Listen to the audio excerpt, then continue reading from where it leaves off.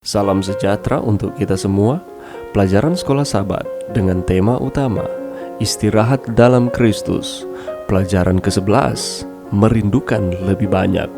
Kamis 9 September, Menaklukkan kota surgawi. Perkembangan logis dari ide-ide kunci dalam Ibrani 4 menjadi sangat jelas ketika membaca Ibrani 4 ayat 8-11. Yosua tidak memberi Israel istirahat. Konsekuensinya, karena Allah bukan pembohong, pasti ada istirahat lain yang tersisa bagi umat Allah.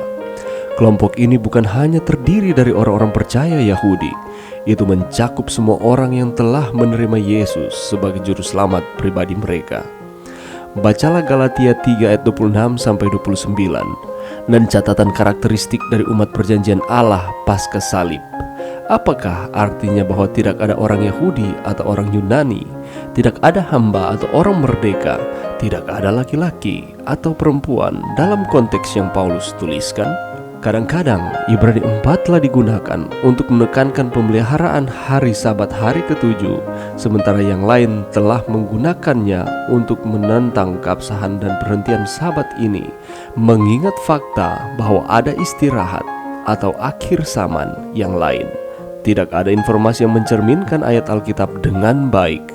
Sebagai gantinya, ayat ini menyarankan bahwa fokus akhir zaman pada istirahat khusus Allah telah hadir sejak penciptaan, dan bahwa perayaan istirahat Sabat menawarkan sedikit cita rasa mingguan dari istirahat akhir zaman itu. Memang, bagi orang Yahudi, Sabat dipahami sebagai pendahulu kecil dari olam haba atau dunia yang akan datang. Istirahat seperti Sabat yang tetap bagi umat Allah menggemakan istirahat Allah pada Sabat pertama dalam sejarah bumi, berarti bahwa kita dapat berhenti dari pekerjaan kita sendiri dan percaya padanya untuk memenuhi janji keselamatannya bagi kita. Bertentangan dengan argumen beberapa penafsir, konteksnya tidak mendukung saran bahwa perintah Sabat telah digenapi dalam istirahat keselamatan yang dibawa Kristus, sehingga tidak perlu lagi bagi orang Kristen untuk menurutinya. Istirahat terakhir yang dijanjikan kepada kita melalui apa yang telah dilakukan Kristus bagi kita tidak menggantikan Sabat hari ke-7 Alkitabiah. Sebaliknya, itu meninggikannya.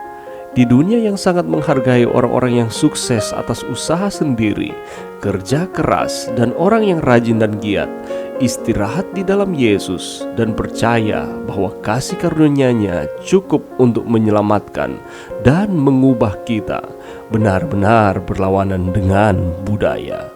Pelajaran yang bisa kita dapatkan pada saat ini: istirahat Sabat sejati adalah istirahat kasih karunia dalam lengan kasih sayang Dia yang menciptakan kita, Dia yang menebus kita, dan Dia yang akan datang kembali bagi kita. Apakah kita ingat frase unik dalam Kejadian 2 ayat 3 itu? Pada hari itulah Ia berhenti dari segala pekerjaan penciptaan yang telah dibuatnya itu. Sabat adalah istirahat Allah. Dia beristirahat pada hari ke-7 sebagai pengakuan ilahi bahwa pekerjaannya telah diselesaikan. Ibrani pasal 4 ayat 9 dan 10 mengumpamakan istirahat Allah pada penghujung pekan penciptaan, ketika Dia berhenti dari pekerjaannya dengan kata berhenti dari pekerjaan insani kita, memasuki istirahat keselamatan Kristus. Ibrani mengatakannya dengan cara ini: jadi masih tersedia suatu hari perhentian, hari ke-7 bagi umat Allah. Sebab barang siapa telah masuk ke dalam perhentiannya, ia sendiri telah berhenti dari segala pekerjaannya, sama seperti Allah berhenti dari pekerjaannya. Bagi penulis kitab Ibrani, istirahat ilahi mencakup hubungan iman dengan Yesus yang menuntun ke peristirahatan dalam Dia yang menciptakan kita, mengetahui bahwa Dia tidak akan pernah meninggalkan kita, juga tidak akan pernah mengabaikan kita. Istirahat ini juga mencakup istirahat dalam pekerjaannya yang diselesaikannya di salib. Beristirahat dalam Yesus adalah mempercayai kasih karunia-Nya bagi keselamatan kita. Namun istirahat Ibrani 4 mencakup lebih banyak lagi. Tujuan Kristus bagi Israel adalah membawa mereka masuk ke tanah perjanjian. Tujuannya bukan hanya mereka dapat mengembara di belantara selama 40 tahun. Hati mereka akan selalu gelisah hingga mereka tiba dengan selamat di tanah air mereka. Istirahat kita dalam Kristus sekarang ini adalah pendahuluan kepada hari mulia, dalam mana kita akan berada dalam istirahat dengan Dia selama-lamanya di perhentian surgawi. Sabat belum selesai ketika Yesus mati di kayu salib, justru Yesus menggenapinya. Bukti nyatanya, rasul-rasul setelah Yesus, mereka tetap menyucikan akan hari Sabat mingguan. Dan Sabat ini akan terus kita rayakan sampai kita masuk ke dalam kota surgawi yang Allah telah sediakan bagi kita. Mari kita berdoa. Terima kasih Tuhan atas firman-Mu pada saat ini ya Tuhan. Bantu kami untuk kami terus setia kepada Tuhan.